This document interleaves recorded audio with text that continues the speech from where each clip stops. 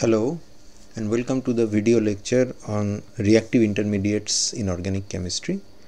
আজকে আমরা ডিসকাস করব the aspects of carbon ions. Carbon আয়নরা হচ্ছে এমন আয়ন যেখানে একটা ট্রাইভ্যালেন্ট কার্বন অ্যাটমের উপরে নেগেটিভ চার্জ থাকবে with unpaired with lone pairs of electrons, non-bonding electrons. আর যদি সেটার সেই আয়নটা রেজোনেন্স স্টেবিলাইজড হয় তাহলে তার অন্তত একটা ক্যানোনিক্যাল এরম থাকবে যেটার সিগনিফিক্যান্ট কন্ট্রিবিউশন থাকবে টুয়ার্ডস ওভারঅল স্ট্রাকচার, যেখানে ওই আনশেয়ার্ড পেয়ার অফ ইলেকট্রনটা একটা ট্রাইভ্যালেন্ট কার্বন অ্যাটমের উপরে থাকবে। যেমন আমরা কতগুলো এক্সাম্পল দিচ্ছি, যেমন এই আয়নটা হচ্ছে ক্লোরোফর্ম থেকে ডিরাইভড। ক্লোরোফর্মের এই হাইড্রোজেনটাকে ডিপ্রোটনেট করলে, অর্থাৎ এইচ প্লাসটা যদি আমরা বের করে নিই কোনো একটা স্ট্রং বেস দিয়ে, তাহলে এই অ্যানায়নটা পড়ে থাকে এবং এখানে কার্বনের উপরে নেগেটিভ চার্জ রয়েছে। টার্মিনাল অ্যালকাইন, তার এই হাইড্রোজেনটাও অ্যাসিডিক, কোনো একটা বেস দিয়ে এই হাইড্রোজেনটাকে যদি অ্যাবস্ট্রাক্ট করি তাহলে টার্মিনাল কার্বনের ওপরে একটা লোন পেয়ার পাবো এবং আমি এখানে একটা অ্যাসিটিলাইড আয়ন পাবো, একটা অ্যালকাইন আয়ন পাবো। যদি আমরা অ্যাসিটাইল অ্যাসিটোন মলিকিউলটাকে নিই, তার এই হাইড্রোজেনগুলো অ্যাসিডিক, যে কোনো একটা হাইড্রোজেনকে আমরা পিক অফ করতে পারি বাই ইউজিং অ্যাপ্রোপ্রিয়েট বেস, এবং সেক্ষেত্রে আমরা এইখানটায় একটা কার্বন আয়ন পাবো এবং এটা ইজ রেজোনেন্স স্টেবিলাইজড। এখানে লোন পেয়ারটাকে আমরা এই অক্সিজেন অথবা এই অক্সিজেনের উপর ডিলোকালাইজ করতে পারি, অর্থাৎ এখানে আরও দুটো রেজোনেন্স ক্যানোনিক্যাল আঁকা যাবে। তার মধ্যে আমরা একটা ক্যানোনিক্যাল লিখেছি যেখানে আমরা ডিলোকালাইজ করেছি বাঁ দিকের অক্সিজেনটার উপরে, এটা ডান দিকেও করা যেত। এইটা এবং যে ক্যানোনিক্যালটা আঁকা হয়নি, এই দুটো ইকুইভ্যালেন্ট ক্যানোনিক্যাল হবে, কিন্তু এইটা আলাদা। এটাই বলতে চাওয়া হয়েছে যে মাল্টিপল ক্যানোনিক্যালস আছে এবং এই ক্যানোনিক্যালের কন্ট্রিবিউশন এর তুলনায় বেশি হবে, কারণ এখানে অক্সিজেনের ওপরে নেগেটিভ চার্জ আছে, which is more appropriate because oxygen is more electronegative than carbon. অক্সিজেনের লোন পেয়ারগুলো এখানে আঁকা হয়নি, কিন্তু আমরা যদি লোন পেয়ারগুলো আঁকি তাহলে এখানে দুটো লোন পেয়ার থাকবে, এখানে দুটো লোন পেয়ার থাকবে। এই রেজোনেন্স স্ট্রাকচারে এখানে দুটো ইলেকট্রন, এখানে দুটো ইলেকট্রন এবং এখানে দুটো ইলেকট্রন, টোটাল তিনটে লোন পেয়ার থাকবে এবং তার ফর্মাল চার্জটা -1 হবে আর কি। তো কার্বন কার্বন ডাবল বন্ড এখানে তৈরি হয়েছে। বাট এই যে ক্যানোনিক্যালগুলো আমরা আঁকছি তার মধ্যে এটারও কিন্তু সিগনিফিক্যান্ট কন্ট্রিবিউশন থাকবে। এটা লেস কন্ট্রিবিউটিং হতে পারে কম্পেয়ার টু দ্যাট, কিন্তু এর কন্ট্রিবিউশন ভ্যানিশিংলি স্মল নয়। অর্থাৎ এইটাই বলতে চাওয়া হয়েছে যে এটাকেও আমরা কার্বন আয়ন বলতে পারি, যদিও most of the charge is on the oxygen, but there is a significant build up of negative charge on the carbon as well. তাহলে এটাকেও আমরা কার্বন আয়ন বলবো। এবং কার্বন আয়নরা কিন্তু এমনি এমনি দুম করে তৈরি হয় না, সাধারণত তাদের মধ্যে কোনো একটা ইলেকট্রন উইথড্রয়িং গ্রুপ থাকতে হয়। সেগুলো, সেই ফ্যাক্টরগুলো কী ব্যাপার, কেন ইলেকট্রন উইথড্রয়িং গ্রুপ থাকতে হয়, না থাকলে কী হয়, সেগুলো আমরা একটু পরে দেখব। যাই হোক, কার্বন আয়নরা তার মানে নেগেটিভ কার্বনের সোর্স, এবং নেগেটিভ কার্বনের সোর্স হওয়ার জন্য অত্যন্ত ভ্যালুয়েবল। কারণ আমরা যখন কার্বন কার্বন বন্ড তৈরি করি তখন আমরা যদি হেটারোজেনিক বন্ড ফর্মেশনের কথা ভাবি, অর্থাৎ একটা কার্বন প্লাস হিসেবে আসছে এবং একটা কার্বন মাইনাস হিসেবে আসছে, তাহলে আমার কার্বন প্লাসটা একটা ইলেকট্রোফাইল সাপ্লাই করবে, কার্বন মাইনাসটা একটা নিউক্লিওফাইল সাপ্লাই করবে। তো কার্বন প্লাস যদি ইলেকট্রোফাইল হিসেবে আসে তাহলে কার্বন জেনারেলি যে সমস্ত এলিমেন্টের সঙ্গে বন্ড করে থাকে, হেটেরোঅ্যাটম পার্টিকুলারলি, যেমন অক্সিজেন, নাইট্রোজেন, সালফার, হ্যালোজেন্স, এরা প্রত্যেকেই কার্বনের থেকে মোর ইলেকট্রোনেগেটিভ হওয়ার জন্য কার্বনের সাথে ওই ধরনের হেটেরোঅ্যাটমের বন্ডগুলোতে কার্বন কিন্তু পজিটিভলি পোলারাইজড, অর্থাৎ ইলেকট্রোফিলিক। অর্থাৎ যেমন ধরা যাক আমরা যদি একটা কার্বন অক্সিজেন বন্ড ভাবি, তো আমরা কার্বনের মাথায় ডেল প্লাস সাইনকে অ্যাসাইন করে দিই, কারণ আমরা সেফলি বলি যে অক্সিজেনের মাথায় ডেল মাইনাস চার্জ আছে, কারণ অক্সিজেন মোর ইলেকট্রোনেগেটিভ। তো যদি এটা বলি তাহলে ইলেকট্রোফিলিক কার্বনের সোর্স হিসেবে আমার কোনো প্রবলেম নেই, সেটা বহু জায়গা থেকে পাওয়া যায়। আমরা কার্বন অক্সিজেন বন্ড এক্সপ্লয়েট করতে পারি, কার্বন হ্যালোজেন বন্ড এক্সপ্লয়েট করতে পারি, কার্বন নাইট্রোজেন বন্ডকে এক্সপ্লয়েট করতে পারি। On the other hand negatively charge carbon বা নেগেটিভলি পোলারাইজ কার্বনের সোর্স কিন্তু খুব কম। এবং সেক্ষেত্রে আমরা যেটা জানি যে অর্গানোমেটালিক্সরা হচ্ছে তার একটা ভেরিটেবল সোর্স, যেমন তার একটা এক্সাম্পল হচ্ছে গ্রিগনার্ড রিয়েজেন্ট। এবং গ্রিগনার্ডকে নোবেল প্রাইজ দেওয়া হয়েছিল এই জন্য যে তিনি প্রথম এই মেটালের সাথে কার্বনের বন্ডের ব্যাপারটাকে একটা স্ট্যান্ডার্ডাইজ জায়গায় নিয়ে এসেছিলেন এবং সেইটাকে সিনথেটিক্যালি ইউজফুল করেছিলেন। কাজটা শুরু করেছিলেন তার গুরু বারবিয়ের, কিন্তু বারবিয়েরকে নোবেল প্রাইজ দেওয়া হয়নি, কারণ বারবিয়ের সিস্টেমটাকে অপটিমাইজ করতে পারেননি। আইডিয়াটা বারবিয়ের ছিল, কিন্তু গ্রিগনার্ড সেটাকে এক্সটেন্ড করে নিয়ে যান এবং তার অ্যাপ্লিকেশন সাইটটাকে এক্সপ্লোর করেন এবং ইভেনচুয়ালি নোবেল প্রাইজ পান। তো নোবেল প্রাইজটা দেওয়া হয়েছিল ওই কারণে যে নিউক্লিওফিলিক কার্বনের সোর্স আবিষ্কার করতে পেরেছিলেন। কারণ ম্যাগনেসিয়ামের ইলেকট্রোপজিটিভিটি মেটালের কার্বনের থেকে বেশি, সেই জন্য তুমি যখন মেটালের লাইক ম্যাগনেসিয়ামের সাথে কার্বনের বন্ড দেখবে তাহলে কার্বনের মাথায় কিন্তু তখন ডেল মাইনাস চার্জ থাকবে, অর্থাৎ ওগুলো একটা সোর্স অফ কার্বন আয়ন হতে পারে। তো যদি কার্বন আয়নগুলো নেগেটিভলি পোলারাইজড কার্বনের সোর্স হয় তাহলে তার বেসিক্যালি দুটো রিয়াকশান হতে পারে। একটা হচ্ছে সে বেস হিসেবে কাজ করতে পারে, প্রোটন খেতে পারে, আর একটা হচ্ছে সে নিউক্লিওফাইল হিসেবে কাজ করতে পারে, অর্থাৎ ইলেকট্রোফিলিক কার্বনের সঙ্গে রিয়াকশান করতে পারে। আমরা একটু পরেই সেটা দেখব। অর্গানোমেটালিকদের ক্ষেত্রে যদি আমরা তাদেরকে এরকম আর এম এই হিসেবে লিখি, যেখানে আর আর এবং এম এই দুটোর মাঝখানে একটা সিঙ্গেল বন্ড আছে, তাহলে তাদের একটা আয়নিক ক্যানোনিক্যালের কথাও ভাবা যায়, যেখানে ইলেকট্রোনেগেটিভিটি ওয়াইজ যেহেতু মেটালের মেম সেন্টারটার ইলেকট্রোনেগেটিভিটি আর বা কার্বন সেন্টারটার তুলনায় অনেক কম, তাহলে আর এমের মাথায় প্লাস চার্জ আর এর মাথায় মাইনাস চার্জ যাবে। এখন এর ওভারঅল কন্ট্রিবিউশন যত বেশি হবে তত এর আয়নিক ক্যারেক্টার তত বেশি হবে। তবে এই জিনিসের সাধারণত কিন্তু দুটো রিঅ্যাক্টিভিটি প্যাটার্ন দেখতে পাওয়া যায়, একটা হচ্ছে বেস হিসেবে, একটা হচ্ছে নিউক্লিওফাইল হিসেবে। আমরা যদি মিথাইল লিথিয়ামের কথা ভাবি, তো মিথাইল লিথিয়ামের কার্বন সেন্টারটা ডেল মাইনাস, লিথিয়ামটা ডেল প্লাস, কারণ electronegativity of carbon is greater than electronegativity of lithium. ঠিকই আছে, কাজে আমরা এটাকে সোর্স অফ মিথাইল মাইনাস হিসেবে ভাবতে পারি। এবার ধরা যাক আমি এই জিনিসটাকে না একটা ইলেকট্রোফাইলের সঙ্গে রিয়াকশন করাচ্ছি, অর্থাৎ অ্যাসিটালডিহাইড।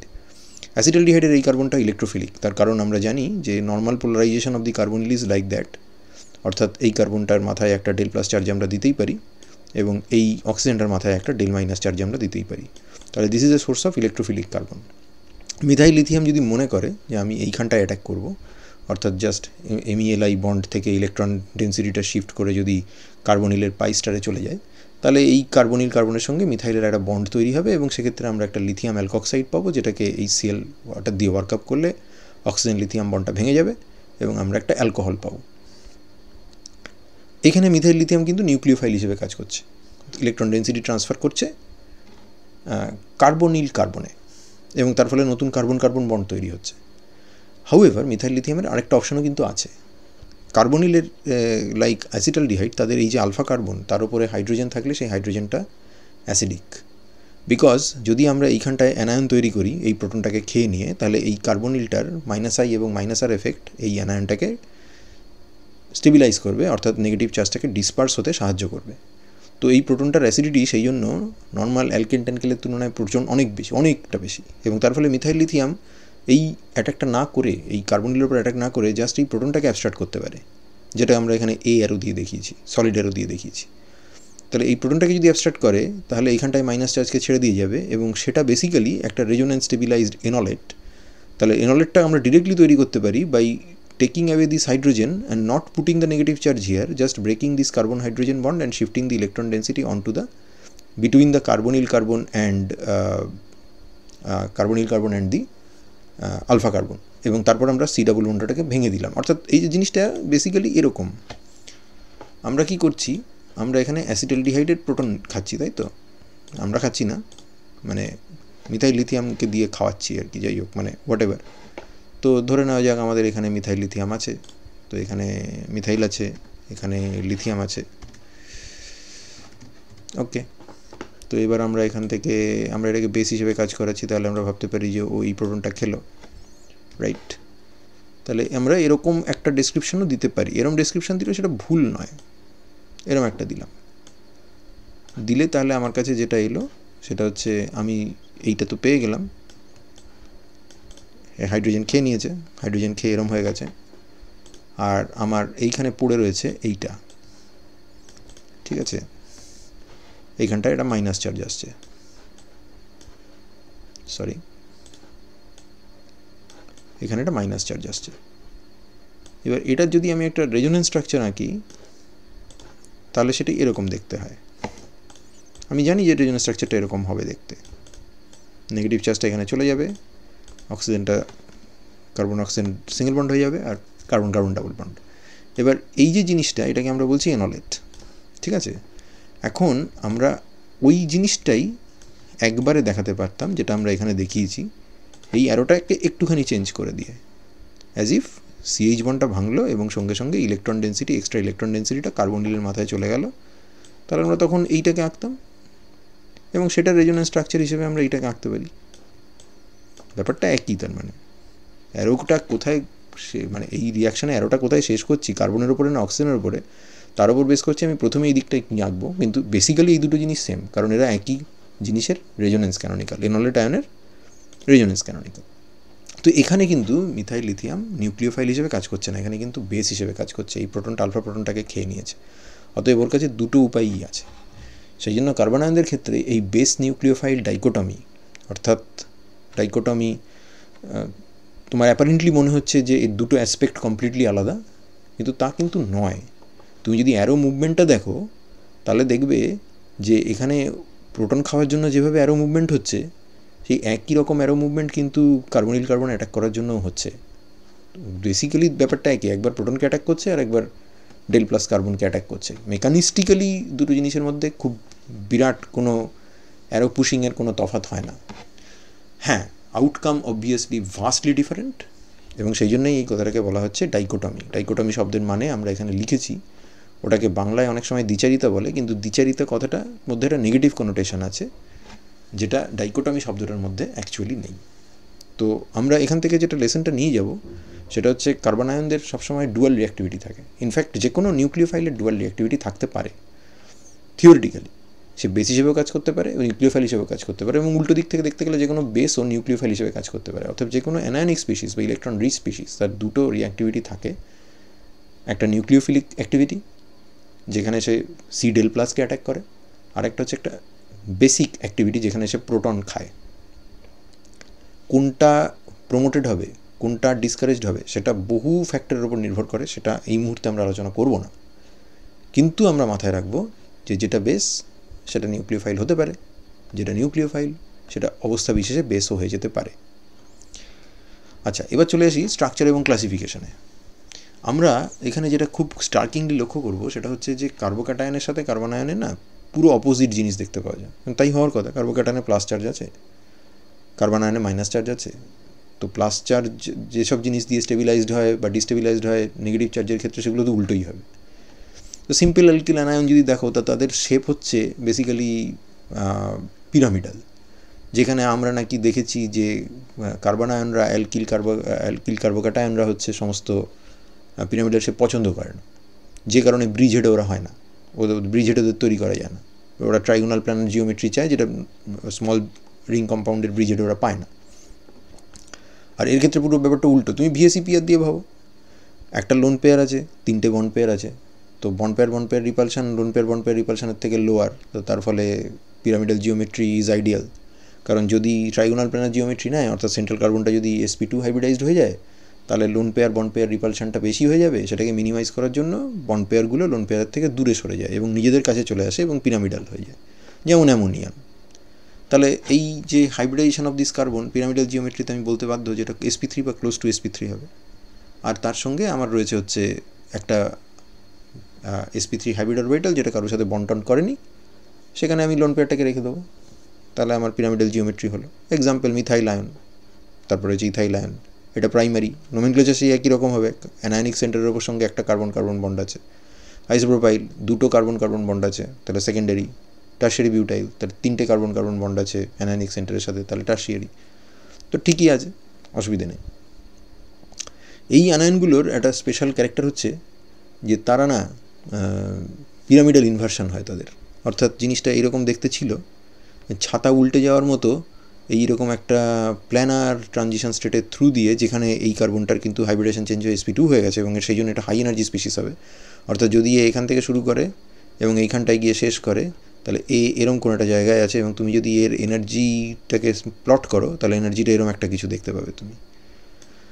এতে কি হচ্ছে বেসিক্যালি, এটা যেটা হলো সেটা হচ্ছে যে এই জিনিসটা কিন্তু কাইরাল, কারণ এখানে কোনো সেকেন্ড অর্ডার সিমেট্রি কিছু নেই, এবং এই জিনিসটা কাইরাল। অর্থাৎ তারপরে যখন আমরা এখানে পৌঁছেছি তখন এই জিনিসটাও কাইরাল। হাউএভার এই দুটোর মধ্যে রিলেশনশিপ হচ্ছে এরা হচ্ছে নন সুপারপোজেবল মিরর ইমেজ, তার মানে এরা হচ্ছে এনানসিওমার। অর্থাৎ একটা এনানসিওমেরিক কার্বন আয়ন এই ফ্লিপিংয়ের মাধ্যমে, এটাকে বলা হয় ফ্লিপিং বা ইনভার্সনের মাধ্যমে নিজের কনফিগারেশনকে উল্টে দিতে পারে। এবং যেহেতু এটা যদি প্লাস আইসোমার হয়, যদি এটা প্লাস হয়, এবং তাহলে এটা ডেফিনেটলি মাইনাস হবে। এবার এনানসিওমারদের যেহেতু ফ্রি এনার্জি সেম, তার মানে এই রিয়াকশানটার ডেল্টা G0 হবে 0, অর্থাৎ ইকুইলিব্রিয়াম কনস্ট্যান্ট হবে 1, অর্থাৎ ডেক্সট্রো আইসোমার এবং লেভো আইসোমার তুমি যে কোনো একটা পিওর এনানসিওমার দিয়ে শুরু করতে পারো, কিন্তু ইকুইলিব্রিয়াম এস্টাবলিশড হয়ে গেলে তখন কোনোটার প্রেফারেন্স থাকবে না, প্লাস এবং মাইনাস দুটো ইকুয়াল অ্যামাউন্টে থাকবে, অর্থাৎ রেসিমিক মিক্সচার হয়ে যাবে। এই জিনিসটা তোমরা আবার যখন স্টিরিওকেমিস্ট্রি পড়বে এই সেমিস্টারে, তখন কাইরাল ট্রাই অ্যালকিলামিন অর্থাৎ R1 R2 R3 এরকম 3টে গ্রুপ আছে এবং সেটা নাইট্রোজেনের ওপরে আছে, সেই সিস্টেমেও দেখতে পাবে। তুমি যদি এখানটায় নাইট্রোজেন নিতে, তাহলে এখানে মাইনাস চার্জ থাকতো না, কারণ ফর্মাল চার্জ অনুযায়ী তখন এটা জিরো নেগেটিভ চার্জ, মানে জিরো চার্জ হতো, জিরো ফর্মাল চার্জ হতো। সেটাও কিন্তু ওই একই রকমভাবে একটা প্ল্যানার ফর্মের মধ্য দিয়ে তার এনানসিওমেরিক ফর্মে কনভার্টেড হতে পারে, এবং এইটাকে বলা হয় ইনভার্টোমেরিজম, অর্থাৎ কনফিগারেশন ইনভার্সনের মাধ্যমে চেঞ্জ করে ফেলছে, এবং এটার বেরিয়ার হাইটটা খুব বেশি নয়, তার ফলে এটা অর্ডিনারি টেম্পারেচারে খুব র্যাপিডলি সামনে থেকে পেছনে এবং পেছন থেকে সামনের দিকে যেতে থাকে, অর্থাৎ একটা থেকে আরেকটা র্যাপিড ইন্টারকনভার্সন চলতে থাকে, এবং তার ফলে পিওর কনফিগারেশনে এই ধরনের কার্বনায়ন বা ট্রাইঅ্যালকিলামিন বা এই ধরনের অ্যামিনদেরকে অ্যারেস্ট করা খুব কঠিন, তাদেরকে অ্যারেস্ট করা যায় না, তার জন্য স্পেশাল স্ট্রাকচারাল ফিচার্স দিতে হয়, কিন্তু সেটা আমরা এখানে আলোচনা করব না। ওকে, এরপর চলে এসো কার্বনায়ন যারা ইলেকট্রন উইথড্রয়িং গ্রুপ দিয়ে স্টেবিলাইজড হয়। অর্গ্যানিক কেমিস্ট্রিতে এদের সংখ্যাই বেশি।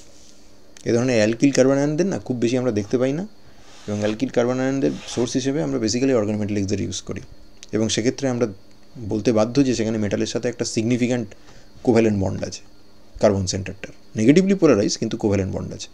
কিন্তু যেখানে আমরা সত্যি সত্যি আয়নদের হয়তো বা দেখতে পাই, সেটা হচ্ছে যখন এই কার্বনটার পাশে তুমি একটা ইলেকট্রন উইথড্রয়িং গ্রুপ দেবে, like a keto or maybe an aldehyde আর নাইট্রো অর সায়ানো, এই ক্ষেত্রে তুমি রেজোনেন্স স্টেবিলাইজেশন পাবে, যেটা আমরা এখানে দেখিয়েছি। এবং প্রত্যেকটি ক্ষেত্রে এই যে ডান দিকের যে ক্যানোনিক্যালগুলো, তার overall contribution towards the structure is greater than the বাঁ দিকের কন্ট্রিবিউশনগুলো, রেসপেক্টিভ বাঁ দিকের ক্যানোনিক্যালগুলোর।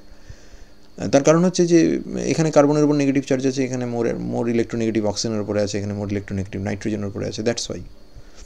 এবং এই প্রত্যেকটি ক্ষেত্রে কিন্তু এদের পিরামিডাল জিওমেট্রি তুমি পাবে না। তার কারণ হচ্ছে এই যে ডিলোকালাইজেশন, এর জন্য এই কার্বনিলের পাই নেটওয়ার্কের সাথে এর লোন পেয়ারটা এমন একটা অরবিটাল রাখতে হবে যে অরবিটালটা একদম পারফেক্টলি প্ল্যানার থাকবে। পারফেক্টলি প্ল্যানার যদি থাকে তবেই এখানে delocalisation possible, and that demands যে এই লোন পেয়ারটাকে আমরা একটা পি অরবিটালে রাখবো। যদি আমরা এখানে পি অরবিটালে রাখি, তাহলে অটোমেটিক্যালি 3টে সিগমা বন্ডকে ট্রাইগোনাল প্ল্যানার জিওমেট্রি নিতে হয়, এবং সেক্ষেত্রে এই কার্বনটা, কার্বনায়নিক কার্বনটা, যেটা এখানে ভায়োলেট কালার দিয়ে দেখানো আছে, সেটা তখন sp2 হয়ে যাবে, এবং তবেই একমাত্র এফেক্টিভ ডিলোকালাইজেশন পসিবল। হ্যাঁ, ভিএসিপিআর থিওরি অনুযায়ী তুমি বলতে পারো যে এটাতে lone pair bond pair repulsion বেশি আছে। হাউএভার, যেহেতু ডিলোকালাইজেশন পাচ্ছে, তাই ওই অ্যাডেড স্টেবিলাইজেশন তোমার ভিএসিপিআরের যে থিওরি, যেখানে বলছে যে লোন পেয়ার বন্ড পেয়ার রিপালশনটা বেশি হবে, সেই লোন ইন্টার ইলেকট্রনিক রিপালশনটাকে ও অফসেট করে দিচ্ছে, ওটাকে কম্পেনসেট করে দিচ্ছে, এবং নিজের জিওমেট্রি চেঞ্জ করে ফেলছে sp2 থেকে sp3। কারণ যদি এটা sp3 থেকে sp2, যদি এটা sp3 হতো, তাহলে তুমি কিন্তু পিওর পি অরবিটালে এই লোন পেয়ারটাকে রাখতে পারতে না, এবং সেক্ষেত্রে তোমাকে একটা sp3 হাইব্রিড অরবিটালে রাখতে হতো। একটা sp3 হাইব্রিড অরবিটালটা কিন্তু একটু ট্যারচা হয়ে থাকে। এই পি অরবিটালগুলোর সাথে একটা কার্বনের ওপরের পি অরবিটালের যতটা ভালো ওভারল্যাপ হয়, একটা sp3 অরবিটাল একটু ট্যারচা হয়ে থাকার জন্য, একটু স্কিউড হয়ে থাকার জন্য ওভারল্যাপ কিন্তু অত ভালো হয় না। সো আমাদের ডিলোকালাইজেশন ভালো হওয়ার জন্য এখানে লোন পেয়ারটাকে আমরা প্রেফারেবলি পি অরবিটালের উপর রাখবো, এবং যদি কোনো কারণে আমরা এখানে sp2 হাইব্রিডেশন না পাই, কোনো একটা স্ট্রেনের কারণে বা কোনো কারণে, তাহলে কিন্তু এই কার্বনিলের যে ডিলোকালাইজেশন ক্যাপাসিটি, সেটা কিন্তু কম্প্রোমাইজড হবে, এবং কার্বনায়নটা যতটা স্টেবিলাইজড হওয়ার কথা in presence of this electron withdrawing carbonyl, ততটা স্টেবিলাইজড হবে না। এরপর আসছে ভিনাইলিক বা অ্যালকেনাইল অ্যানায়ন এবং অ্যারাইল আয়ন। ভিনাইল অ্যানায়নটা একটু মজার জিনিস। ধরো সেকেন্ডারি ভিনাইল আয়নের ক্ষেত্রে আমরা দুটো জিওমেট্রি দেখতে পাই। একটা হচ্ছে পেইন্ট জিওমেট্রি, যেখানে এই কার্বন হচ্ছে sp2, লোন পেয়ার আছে একটা sp2 হাইব্রিড অরবিটালে। আরেকটা হচ্ছে লিনিয়ার জিওমেট্রি, যেখানে আমরা দেখতে পাই যে পি অরবিটালে একটা পিওর পি অরবিটালে লোন পেয়ারটাকে রাখা আছে, এবং এই কার্বনটা sp হাইব্রিডাইজড। তো এই দুটোর এনার্জির মধ্যে বিশাল তফাৎ না থাকলেও স্লাইট তফাৎ আছে, এবং এই পেন্ট জিওমেট্রিটা slightly more favoured than linear, at least for secondary alkenyl ion. তো এইটা একটু রিলেটিভলি একটু বেটার, কারণ এখানে sp2 কার্বন আছে এবং s ক্যারেক্টার বেশি আছে, এরকম একটা অরবিটালের মধ্যে আমরা ইলেকট্রনটাকে রাখতে পারছি। আর এখানে আমরা s ক্যারেক্টার কার্বনের উপর বাড়িয়েছি, কিন্তু যে অরবিটালে ইলেকট্রন আছে সেই অরবিটালটার s ক্যারেক্টারটা 0 হয়ে গেছে। এবার আমরা জানি যে এই ডায়াগ্রাম থেকে যে sp অরবিটালে ইলেকট্রন রাখা sp2 তে রাখার থেকে বেটার, sp2 তে রাখা sp3 তে রাখার থেকে বেটার, sp3 তে রাখা 2p থেকে বেটার। এবার তুমি যদি কোনো অরবিটালকে sp2 তে রাখতে পারো তো তাহলে সেটা 2p অরবিটালে রাখার থেকে বেটার, কারণ sp2 নিউক্লিয়াসের অনেক কাছে থাকে। নিউক্লিয়াস যদি আমরা এখানে ধরে নিই তো নিউক্লিয়াসের অনেক কাছে থাকে, তার ফলে সেটা অনেক কম্প্যাক্ট অরবিটাল হয়, তার উপরে নিউক্লিয়াসের অ্যাট্রাকটিভ ফোর্স অনেক বেশি কাজ করে, সিস্টেম স্টেবিলাইজড হয় কম্পেয়ার টু সেই একই ইলেকট্রন পেয়ারকে যদি আমি 2p তে রাখতে বাধ্য হই। তো সর্ট অফ একই জিনিস তুমি অ্যারাইল আয়নের ক্ষেত্রেও দেখবে। এখানে লিনিয়ার জিওমেট্রি নেওয়ার কোনো সুযোগ নেই due to ring effect. Ring আছে, অতএব তুমি এখানটায় ইচ্ছা মতো লিনিয়ার তো করতে পারবে না, কারণ লিনিয়ার করতে গেলে তাহলে রিং ভেঙে যাবে। তো অ্যারাইল আয়নের ক্ষেত্রে একদম বাধ্যতামূলকভাবে ওই কার্বনটা sp2 এবং যে অরবিটালে আছে সেটাও sp2। এবং মজার কথাটা হচ্ছে, যেটা এক্সপেক্টেড, যে এই sp2 যেটা লোন পেয়ারকে ক্যারি করছে এটা কোনোভাবেই কোনো ডিলোকালাইজেশনে যেতে পারে না with respect to the pi network, কারণ পাই নেটওয়ার্কের p অরবিটালের সঙ্গে ওর বন্ড অ্যাঙ্গেলটা ওর যে অ্যাঙ্গেল সেই অ্যাঙ্গেলটা হচ্ছে 90 ডিগ্রি, অর্থাৎ ওরা অর্থোগোনাল সিস্টেম। আরেকটা সিস্টেম যেটা আমরা প্রথমেই দেখেছিলাম সেটা হচ্ছে টার্মিনাল অ্যালকাইন, যেখানে ডিপ্রোটনেশন করলে অ্যালকাইনাইল আয়ন তৈরি হয়, অ্যাসিটিলাইড আয়ন বা তার ডেরিভেটিভসগুলো তৈরি হয়। তো এখানে হাইব্রিডাইজেশন ইজ অবভিয়াসলি sp, কারণ লিনিয়ার জিওমেট্রি, এবং সেক্ষেত্রে একটা sp অর হাইব্রিড অরবিটালের ওপরে আমরা ইলেকট্রন পেয়ারটাকে রেখেছি, কারণ দুটো আনহাইব্রিডাইজ p অরবিটাল দিয়ে আমরা দুটো পাই বন্ড তৈরি করেছি। তার মানে এর ক্ষেত্রে ব্যাপারটা খুবই ভালো, কার্বনটার s ক্যারেক্টারও হাই sp, আবার যে অরবিটালে ইলেকট্রন আছে তার s ক্যারেক্টারও খুব হাই, তার ফলে এই আয়নগুলো তৈরি হওয়া রিলেটিভলি ইজি। এবং এখানেও আমরা বলবো যে এই যে sp অরবিটালে ইলেকট্রনটাকে রাখা হয়েছে তার সাথে কিন্তু যে কোনো দুটো p অরবিটাল তুমি ধরো, ওর ওপর যে দুটো p অরবিটাল আছে তাদের প্রত্যেকেই অর্থোগোনাল, এবং তার ফলে এই পাই নেটওয়ার্কে কোনোভাবে ডিলোকালাইজড হওয়ার কোনো সুযোগ এই লোন পেয়ারটার অন্তত নেই। এছাড়া এইখানে একটা sp কার্বন আছে, তার ফলে তার একটা ইন্ডাকটিভ এফেক্ট আছে। এখানে দুটো sp2 কার্বন আছে, তার একটা ইন্ডাকটিভ এফেক্ট আছে, তার ফলে এই ধরনের সিস্টেমগুলো কিন্তু যথেষ্ট পরিমাণে স্টেবল হবে। এটা আমরা আবার পরে দেখব। তাহলে যে যে স্টেবিলাইজেশন ফ্যাক্টর কার্বন আয়নকে স্টেবিলাইজ করে সেগুলোকে আমরা এখানে একটা সামারি করেছি। ইলেকট্রন উইথড্রয়িং গ্রুপ থাকলে তো ভালো, ইলেকট্রন উইথড্রয়িং গ্রুপ যেমন কার্বনিল, নাইট্রো, সায়ানো বা এই ধরনের অ্যালাইলিক কনজুগেশন, তাহলে তো এগুলো হলে তো ভালোই, খুবই ভালো। অ্যালাইলিক কনজুগেশন আমরা পরেও দেখবো, এবার অ্যালাইলিক এবং বেঞ্জাইলিক কনজুগেশন, কারণ সেটা স্পেশাল টাইপের। এবং এটা দেখো খেয়াল করে, এটা ঠিক কার্বোক্যাটায়নের ঠিক উল্টো। কার্বোক্যাটায়নের ক্ষেত্রে ইলেকট্রন রিলিজিং গ্রুপ থাকলে বেটার, এখানে ইলেকট্রন উইথড্রয়িং গ্রুপ থাকলে বেটার, কারণ কার্বোক্যাটায়নের ক্ষেত্রে প্লাস চার্জকে ডিলোকালাইজ করতে হয় বাই ডোনেটিং ইলেকট্রনস, এখানে লোন পেয়ারকে ডিলোকালাইজ করতে হবে by offering low energy vacant orbital. যেমন এখানে আমরা C double bonded or pi স্টারটাকে অফার করতে পারি, এই ডিলোকালাইজেশনটা পাই স্টারে হয়। এই ডিলোকালাইজেশনটা N double bonded or pi স্টারে হয়। এই ডিলোকালাইজেশনটা সি ট্রিপল বন্ডেড এনের পাই স্টারে হয়। এটা সি পাই স্টারে হয়। তো এই ধরনের লো এনার্জি অরবিটাল যদি থাকে তাহলে হয়ে যাবে। এখন এই লো এনার্জি অরবিটাল যে সবসময় পাই স্টার হতে হবে তা কিন্তু নয়। যেমন ধরো এই CF3 গ্রুপ, এই CF3 গ্রুপের পাশে যদি নেগেটিভ চার্জ রাখো, লোন পেয়ার রাখো, তাহলে সিস্টেম হাইলি স্টেবল। তো কেন স্টেবল এই জন্য যে মাইনাস আই এফেক্ট তো আছে, এই CH3 প্লাস আই এফেক্ট আছে, একটা করে হাইড্রোজেনকে সরিয়ে তুমি ফ্লোরিন নিয়ে আসো, মাইনাস আই হয়ে যাবে।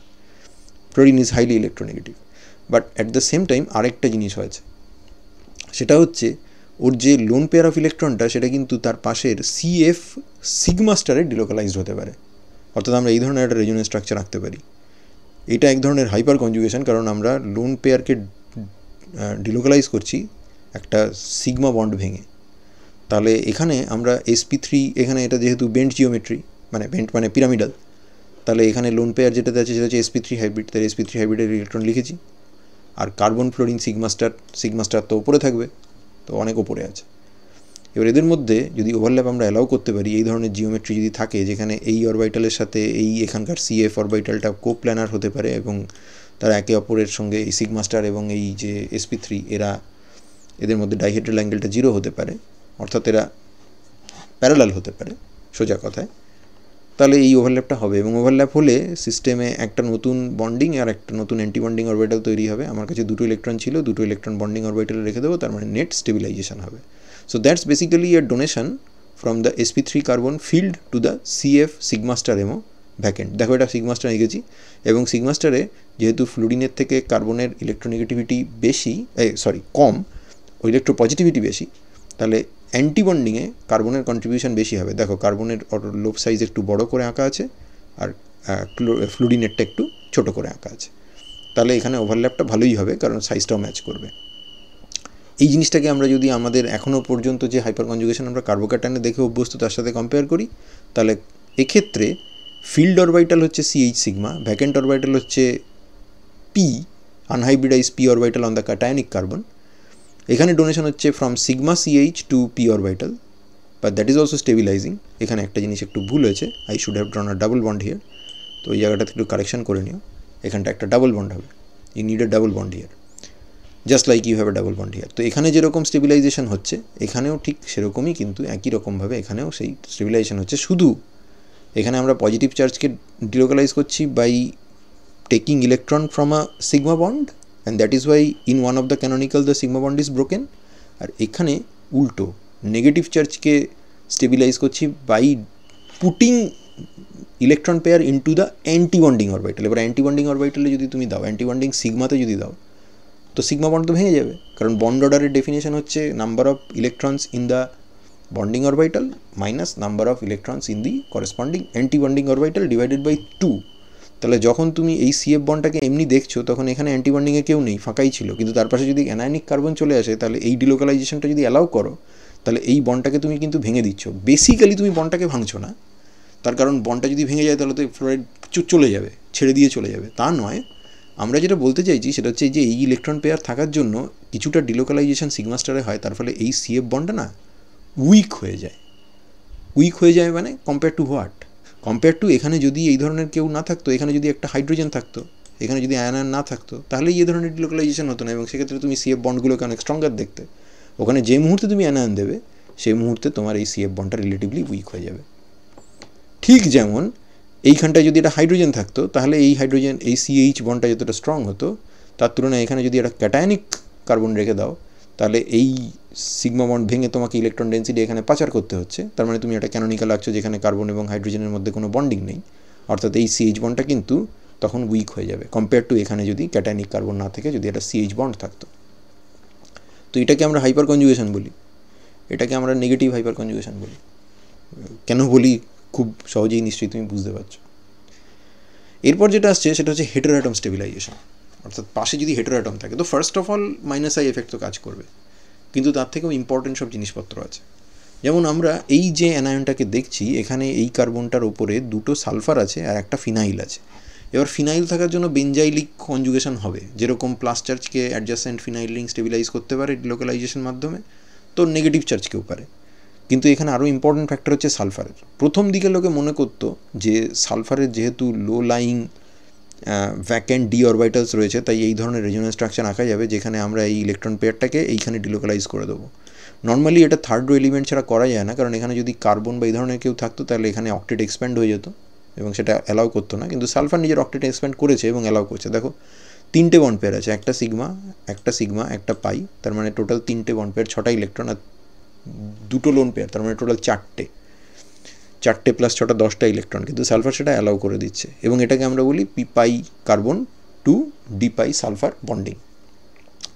কার্বনের পি অরবিটাল আর সালফারের ডি অরবিটালের মধ্যে পাই বন্ডিং হচ্ছে। পরে দেখা গেছে যে এটা একটা ফ্যাক্টর বটেই, কিন্তু এটা মেজর ফ্যাক্টর নয়। মেজর ফ্যাক্টর তো অন্যই কিছু, মেজর ফ্যাক্টরটা অন্য কিছু। সেটা হচ্ছে নেগেটিভ হাইপার কনজুগেশন, যেখানে কার্বন সালফার সিগমা স্টারে, এখানে যেরকম কার্বন ফ্লোরিন সিগমা স্টারে ডোনেট করছিল, ওখানে কার্বন সালফার সিগমা স্টারে এর মধ্যে ডোনেট করে দেয়।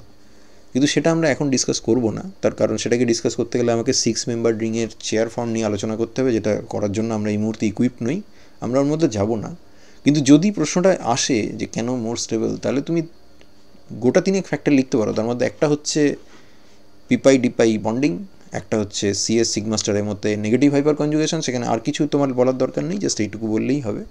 আরেকটা কথা বলতে পারো, সেটা হচ্ছে সালফারের পোলারাইজেবিলিটি। সালফার যেহেতু সাইজে বড়, তার পোলারাইজেবল, এবং তার ফলে সে কিন্তু চট করে পাশে নেগেটিভ চার্জকে স্টেবিলাইজ করতে পারে। কারণ নেগেটিভ চার্জ থাকলে সালফার ইলেকট্রন ডেন্সিটি এমনভাবে ডিস্ট্রিবিউটেড হয় যাতে এই দিকটা খানিকটা পজিটিভলি পোলারাইজড হয়ে যায়, এবং তার ফলে একটা অ্যাট্রাকটিভ ইন্টারাকশান চলে আসে আর কি। এবার তোমাকে এই দুটোর মধ্যে না কম্পেয়ার করতে দিতে পারে, একটা অক্সিজেন, একটা সালফার। তো সেখানে অফকোর্স তোমার যেটা লোকে কমনলি ভাবে যে অক্সিজেনের ক্ষেত্রে মাইনাস আই এফেক্ট বেশি হবে, তাহলে অ্যানায়নটা স্টেবিলাইজড হওয়ার কথা, কারণ minus I is a electron withdrawing group, এই ইলেকট্রন উইথড্রয়িং এফেক্ট। সালফারের ক্ষেত্রে সেটা কম হবে, কিন্তু অ্যাকচুয়ালি সালফারের অ্যানায়নটা বেশি স্টেবল। তার কারণ হচ্ছে এই কারণগুলো: p pi d pi back bonding, negative hyperconjugation, polarizability, আরও কয়েকটা ফ্যাক্টর আছে। এখন এত ফ্যাক্টর তো লেখা সম্ভব নয়, তুমি এই তিনটে অন্তত লিখো, পিপাই ডিপাইটা আর এই পোলারাইজেবিলিটি আর নেগেটিভ হাইপার কনজুগেশন, এটা লিখো। কিন্তু আরও ফ্যাক্টর আছে। একটা ফ্যাক্টর হচ্ছে যে যখন তুমি কার্বন সালফার বন্ডটা দেখছো না, তখন কার্বন তো সেকেন্ড রো এলিমেন্ট, আর সালফার তো তারপরে থার্ড রো এলিমেন্ট, অক্সিজেনের তলায় আছে। অরবিটাল সাইজের মিসম্যাচ হয় সিগমা বন্ডেও। যখন কার্বনের উপর থেকে প্রোটন তুলে নেওয়া হয়, অর্থাৎ এখানটায় যখন লোন পেয়ার চলে আসে এবং নেগেটিভলি চার্জ কার্বন হয়, তখন ওর না অরবিটাল সাইজ বেড়ে যায়। তাহলে কী হলো, আগে অরবিটাল সাইজ মিসম্যাচ ছিল, ডিপ্রোটনেশনের পরে সাইজ কার্বনের উপর বেড়ে যাওয়ার ফলে একটু ম্যাচিংটা বেটার হলো, তার মানে কার্বন সালফার বন্ডটা না স্ট্রঙ্গার হলো। অর্থাৎ ডিপ্রোটনেশনের ফলে কার্বন সালফার বন্ডটা স্ট্রঙ্গার হয়। তাহলে বন্ড স্ট্রঙ্গার হলে তো সিস্টেম তো খানিকটা স্টেবিলাইজেশন লাভ করবে। এবার আমি এটা বলতে চাচ্ছি না যে এইটার তুলনায় এটা বেশি স্টেবল, আমি শুধু বলতে চাচ্ছি যে কার্বন সালফার বন্ডটা ডিপ্রোটনেশনের ফলে স্ট্রঙ্গার হলো।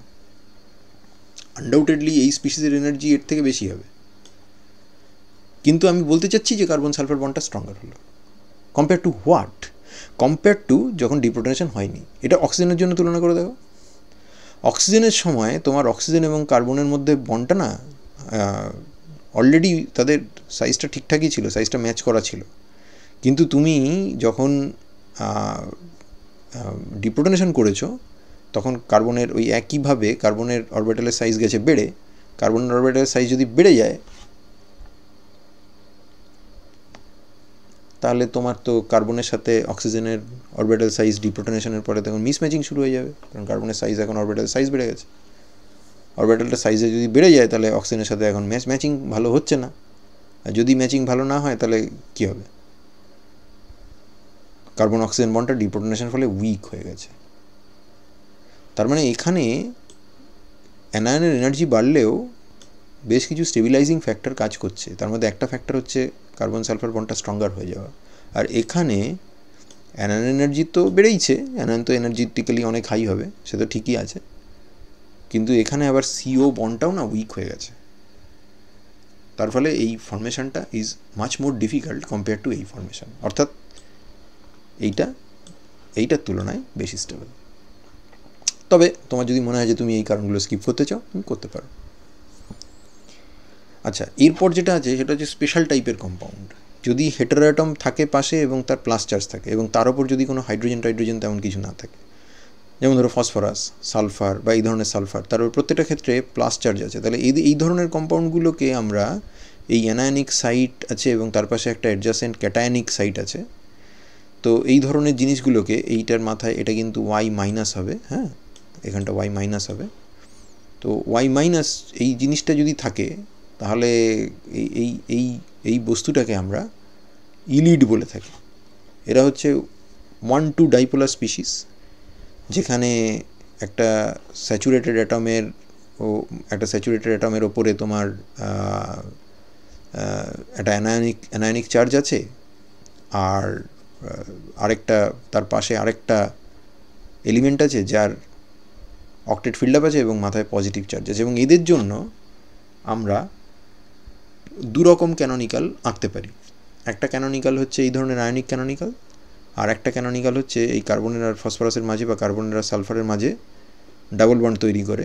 অবভিয়াসলি এই জায়গাটায় তোমার সালফারের ওপর একটা লোন পেয়ার আছে যেটা আঁকা হয়নি, তো এখানে অক্টেট এক্সপ্যান্ড হয়েছে, দেখেই বোঝা যাচ্ছে। এখানে ফসফরাসের উপর অক্টেট এক্সপ্যান্ড হয়েছে। এগুলো তখনই পসিবল যদি এরা থার্ড রো এলিমেন্ট হয়। এবং আমরা এই জায়গাটাতে এই যে ইলিডগুলো, এদেরকে আমরা বলছি ফসফোনিয়াম ইলিড, সালফোনিয়াম ইলিড, সালফক্সোনিয়াম ইলিড। এদের ইলিড নামটার পেছনেও একটা হিস্ট্রি আছে।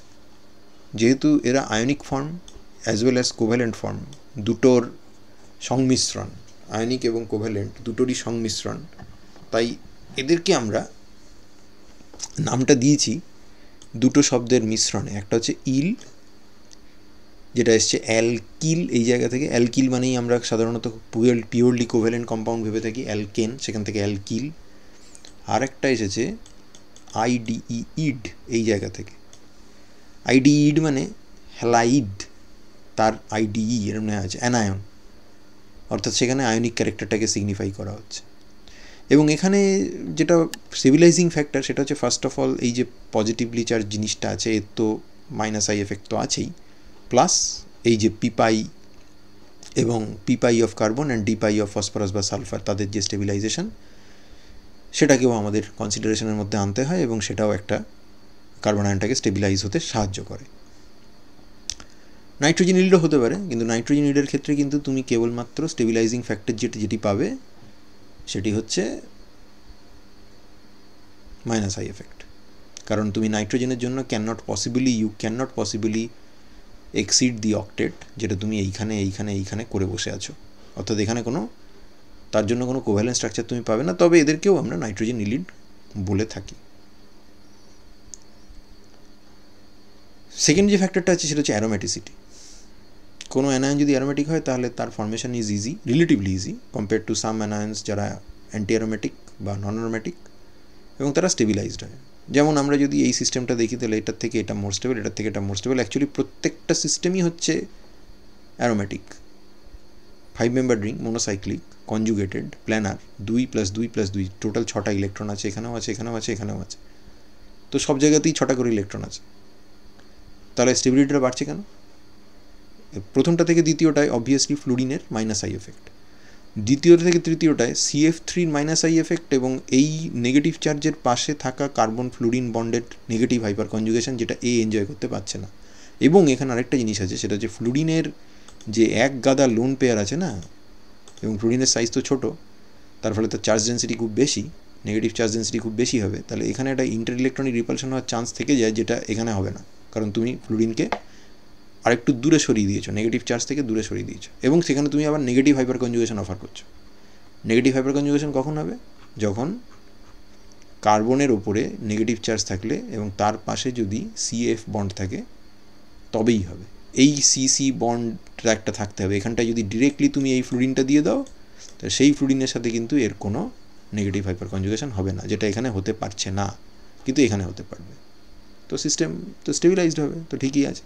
প্রথমটা থেকে দ্বিতীয়টা তাহলে ফ্লুরিনের মাইনাস আই এফেক্টের জন্য, দ্বিতীয়টা থেকে তৃতীয়টা হচ্ছে CF3 মাইনাস আই এফেক্টের জন্য, এবং relief from inter-electronic repulsion and due to negative hyperconjugation. Hybridization of the carbon, that's very important. S character বাড়লে anion stabilized হবে, রিজন আমরা অলরেডি আগে ডিসকাস করেছি। এবং ইলেকট্রোনেগেটিভিটিটাও দেখো, তুমি যত S character বাড়াচ্ছ, sp3 ইলেকট্রোনেগেটিভিটি হচ্ছে 2.5, sp2 হচ্ছে 3.0, sp হচ্ছে 3.3। এগুলো সব নানা রকম স্কেলে ফেলে ক্যালকুলেট করা, ফলে বিভিন্ন জায়গায় তুমি এর হয়তো ডিফারেন্ট ভ্যালুস দেখতে পাও, বাট একটা কথা ঠিক, যে ট্রেন্ডটা ঠিকই থাকবে। অর্থাৎ sp2 থেকে sp3 থেকে sp2 ইলেকট্রোনেগেটিভিটি বাড়বে, sp2 থেকে sp ইলেকট্রোনেগেটিভিটি আরও বাড়বে, এবং তার ফলে সিস্টেম মানে যে লোন পেয়ারটা যে অরবিটালে থাকবে, এটা sp3তে যদি থাকে তার তুলনায় sp2তে বেটার, কারণ অরবিটাল আরও কম্প্যাক্ট, নিউক্লিয়াসের আরও কাছে আছে, এবং sp-তে আরও কম্প্যাক্ট। তার মানে সিস্টেম S ক্যারেক্টার যত বাড়বে তত সিস্টেম স্টেবিলাইজড হবে। সিমিলার লজিক তাহলে আমাকে বলছে যে আমি যদি সাইক্লোপ্রোপেনের সাইক্লোপ্রোপেনের যদি ডিপ্রোটনেশন করি, এবার ইন্টারনাল অ্যাঙ্গেল হচ্ছে 60 ডিগ্রি। আমরা যদি ব্যানানা বন্ডটাকে আপাতত সরিয়ে রাখি, তো ব্যানানা বন্ডকে সরিয়ে রাখলে ইন্টারনাল অ্যাঙ্গেল হচ্ছে 60। ইন্টারনাল অ্যাঙ্গেল যদি 60 হয়, তো তাহলে ভেতরে P ক্যারেক্টার বেশি, আর বাইরের দিকের বন্ডগুলোতে S ক্যারেক্টার বেশি। তার মানে এটা S রিচ অরবিটাল, অর্থাৎ ডিপ্রোটনেশনটা ইজিয়ার হবে কম্পেয়ার টু নর্মাল প্রোপেন। কারণ প্রোপেনে আমি এই মাঝখানের কার্বন CH2 বা বাইরের দিকের কার্বন CH3 যেটাকেই ডিপ্রোটনেট করি, এরা sp3 হাইব্রিডাইজড এবং পিওর sp3 হাইব্রিড অরবিটালে ইলেকট্রনটাকে রাখতে বাধ্য হয়েছে, যার S ক্যারেক্টার হচ্ছে 25%। কিন্তু এর ইন্টারনাল অ্যাঙ্গেলের জন্য এর যে বাইরের দিকে CH বন্ড, সেগুলো হচ্ছে S রিচ অরবিটাল ইউজ করে কার্বন সেই সিএইচ বন্ডগুলোকে বানিয়েছে এবং সেই হাইড্রোজেনকে যদি টেনে তুলে নেওয়া হয় তাহলে এখানে যে অরবিটালটা লোন পেয়ারটাকে হোল্ড করবে সেটা এস ক্যারেক্টার নর্মাল sp3 থেকে অনেক বেশি হবে এবং সেই জন্যই এই অ্যানায়ন ফর্মেশনটা এটার বা এটার ফর্মেশনের তুলনায় ইজি হবে। এবার আমরা যদি ব্রিজেডটা দেখি, যেটা আমরা আগে বলেছিলাম যে ব্রিজেডে কার্বোক্যাটায়ন তো ভেরি আনস্টেবল হয়, কিন্তু এখানে সেটা রিলেটিভলি স্টেবল হবে, কারণ এখানে এর তো প্রেফার্ড জিওমেট্রি হচ্ছে, যেহেতু এখানে কোনো ইলেকট্রন উইথড্রয়িং গ্রুপ টুপ কিছু নেই, প্রেফার্ড জিওমেট্রি হচ্ছে পিরামিডাল, তো পিরামিডালই আছে। আর এর প্রেফার্ড জিওমেট্রি হচ্ছে ট্রাইগোনাল প্ল্যানার, যেটা ও অ্যাটেন্ড করতে পারছে না, তো ঠিকই আছে। ওই একই কারণে আমরা অ্যারাইল অ্যানায়নকেও তৈরি হতে দেখবো, যেখানে অ্যারাইল ক্যাটায়ন একদমই তৈরি হয় না, কারণ sp2 হাইব্রিডাইজ কার্বন এবং sp2 হাইব্রিড অরবিটাল ইলেকট্রন রেখেছে, দুপাশে দুটো sp2 কার্বন আছে, তার ফলে মাইনাস আই এফেক্ট কাজ করছে। অ্যালকিল সাবস্টিটিউয়েন্টদের এফেক্টটা একটু ডাউটফুল, তার কারণ নর্মাল কনসিডারেশন অনুযায়ী মিথাইল, এই অ্যালকিল টেলকিল এগুলো সব হচ্ছে প্লাস আই, তাহলে সেই কারণেই আমরা ক্যাটায়ন স্টেবিলাইজেশনটা বলে থাকি। ক্যাটায়ন স্টেবিলাইজেশন মিথাইল থেকে প্রাইমারি থেকে সেকেন্ডারি থেকে টারশিয়ারি ক্রমাগত বাড়ছে, কিন্তু যদি আমরা কার্বন আয়ন স্টেবিলিটি দেখি তাহলে মিথাইল থেকে প্রাইমারি থেকে সেকেন্ডারি থেকে টারশিয়ারি এদের নাম্বার অফ অ্যালকিল গ্রুপস বাড়ছে, তাহলে প্লাস আই এফেক্ট বাড়ছে, তাহলে নেগেটিভ চার্জের ডিসপার্সালের বদলে ইন্টেন্সিফিকেশন হচ্ছে, তাহলে ডিস্টেবিলাইজড হওয়ার কথা। তবে সত্যিকারের কথা বলতে কি, গ্যাস ফেজে যেখানে অন্য কোনো এফেক্ট কাজ করে না, মানে অন্য কোনো এক্সটার্নাল এফেক্ট কাজ করে না, কোনো সলভেন্ট এফেক্ট হবে কিচ্ছু নেই, সেখানে কিন্তু কার্বন আয়নের স্টেবিলিটি অর্ডার এই অর্ডার ফলো করে না, সেখানে একটা হ্যাপাজার্ড অর্ডার দেখতে পাওয়া যায়। এবং তার পেছনে ব্যাখ্যা হিসেবে দেওয়া হয় যে এই যে আর গ্রুপটা না, এর যে সিগমা ইলেকট্রন পুশ করার ক্ষমতা, তার সাথে সাথে এর পোলারাইজেবিলিটিও আছে, এবং এর পোলারাইজেবিলিটি কিন্তু due by virtue of the definition of পোলারাইজেবিলিটির ডেফিনেশন হচ্ছে প্লাসে যদি প্লাস চার্জ আসে তাহলে অ্যাকর্ডিংলি নিজেকে মডিফাই করো এবং প্লাস চার্জকে স্টেবল করো, আর পাশে যদি নেগেটিভ চার্জ আসে তাহলে অ্যাকর্ডিংলি নিজেকে মডিফাই করো এবং প্লাস চার্জকে স্টেবল করো, মাইনাস চার্জকে স্টেবল করো, তার মানে প্লাস মাইনাস দুটোকেই ও স্টেবল করতে পারে। অর্থাৎ পোলারাইজেবিলিটি ফ্যাক্টরটাকে যদি টেক ইনটু কনসিডারেশন করা হয় তাহলে আমাদের এই যে নর্মাল এক্সপেকটেশান সেটা কিন্তু ঘেটে যাবে, এবং সেই জন্যই হ্যাপাজার্ড অর্ডার দেখতে পাওয়া যায়।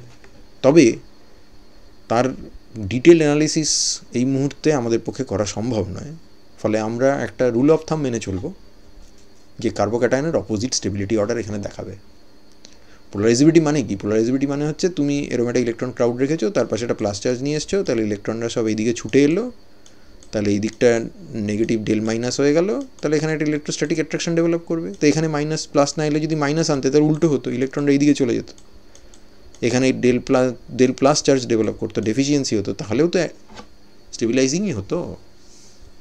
এবং অ্যালকিল গ্রুপদের কিন্তু ওই ইন্ডাকটিভ এফেক্টের সাথে সাথে পোলারাইজেশনটাও ভেরি ইম্পর্টেন্ট, যেটা আমরা এই মুহূর্তে ডিল করার মতো জায়গায় নেই, অতএব আমাদেরকে এইখানে একটা কম্প্রোমাইজ করে সামনের দিকে এগিয়ে যেতে হবে।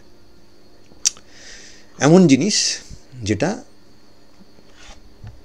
কার্বোক্যাটায়ন কার্বন আয়ন দুজনকেই স্টেবিলাইজ করে। এখন অবধি যা দেখেছি পুরো উল্টো, যেমন methyl primary secondary tertiary carbocation stability increase করছে, কার্বন আয়নের স্টেবিলিটি ডিক্রিজ করছে। মিথাইল থেকে প্রাইমারি কম স্টেবল, প্রাইমারি থেকে সেকেন্ডারি কম স্টেবল, সেকেন্ডারি থেকে tertiary com stable. Keeping in mind যে এখানে আমরা একটা সিম্পলিফাইড আর্গুমেন্ট দিচ্ছি।